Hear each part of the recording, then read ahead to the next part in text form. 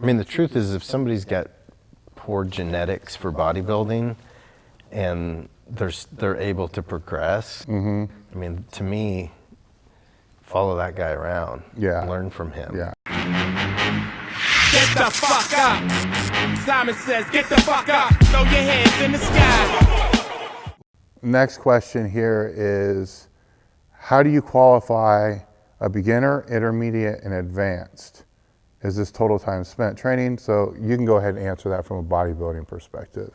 You know, how would you, because people will always speak about if they're intermediate, advanced, you know, how they fall. Some will use training age, some will use competitiveness, you know, where they are ranked, you know, what level they're at, you know. How do you quantify it? Let's just do it that way, because it can be quantified tons of different ways. Yeah, I mean, I've never thought of this particularly, but I would almost say the total time that you've been training, and that isn't to say that someone can't train like an idiot for a long time, but typically the muscle just has to be used to training, and you can't, like, that just can't happen overnight. That isn't to say you couldn't see results. Like Phil Heath saw results incredibly fast, but I would have said honestly when he turned pro that he wasn't even an advanced lifter from my perspective. And I mean, that's not a knock on him. It's No, I don't think anybody takes it that way. just that his genetics allowed him to progress so quickly. So to me, it's more a matter of time. How much time? Gosh, that's tough.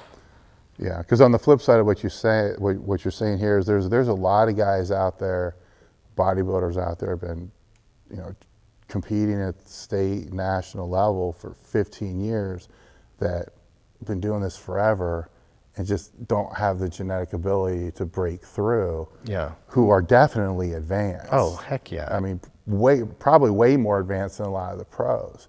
So you can't really use it on a competitive basis. Yeah. You know, it's going to have to be on, you know, some other basics. I mean, the truth is, if somebody's got poor genetics for bodybuilding and they're able to progress, I mean, to me, follow that guy around. Yeah. Learn from him. Yeah.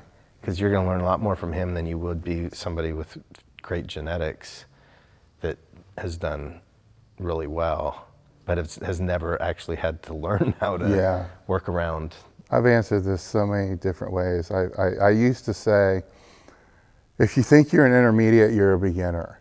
Yeah. You know, if you think you're advanced, you're intermediate, because the advanced are always continuing to try to learn and know that there's more that's out there. That was one way I've quantified it. The other way is, if you've been hurt training, you're a beginner, and that means you just like pull a muscle. If you've been injured, that means you pull a muscle and you need to skip like a week of training, then you're intermediate. If you're fucked up, and that means you got to train with something that's just not going to ever going to go away, you're advanced. Hey, I qualify. Yes, you qualify. Or But- you're advanced beginner. Yeah. So bad already. Yeah, I think training age really is kind of really the best way to go about quantifying it from a general standpoint, because not everybody's going to have the genetic ability to be a great lifter or a pro bodybuilder, but still they can be so far advanced over somebody who is pro. Right. Because I mean, there's in any sport, and not just bodybuilding, powerlifting. I mean, there's any sport. I mean, you get a genetic freak in a sport, they really don't even need to practice sometimes. They just show up and there they are. And it's, you know, it's frustrating to the people who are not that, because you don't think it's fair, but life isn't fair. No, so, you know. I mean, I'm thinking of my daughter's boyfriend, Justin. How long do you think he's been training, Christina? Maybe 3 years, maybe. He came and worked out with Christina and I, and I don't know if I would qualify him as an advanced lifter, but he definitely wasn't a beginner. And he's 18 or 19 when he came and trained with us, and I gauged that partly on like, what's his form like. That's a good one. That's a good one. I like that. I mean, I guess From you could, beginner I to guess, intermediate, I guess though, you yeah. could kind of throw that out of the window if you look at like a branch, you know, who you might say his form's bad. Although we were just having. Yeah. It depends. It depends. But, you know, I think once you can master the form and actually start feeling the muscle work, you're definitely on your way. You're no longer a beginner. Yeah, I think you hit something there from a bodybuilding perspective, big time. Is I think for a bodybuilder to be able to move throughout the chain, they have to be able to feel the muscle work. Yeah. They have to be able to, if I told you to flex your triceps without bending your elbow, you could, pop your tricep, bicep. Everybody can pop their pecs if they train for a while. But if you're advanced, you can do it with every body part. Yeah. Just sitting there. Yeah. All right, because you've established that, motor control to be able to do that. That's definitely an indicator there for sure.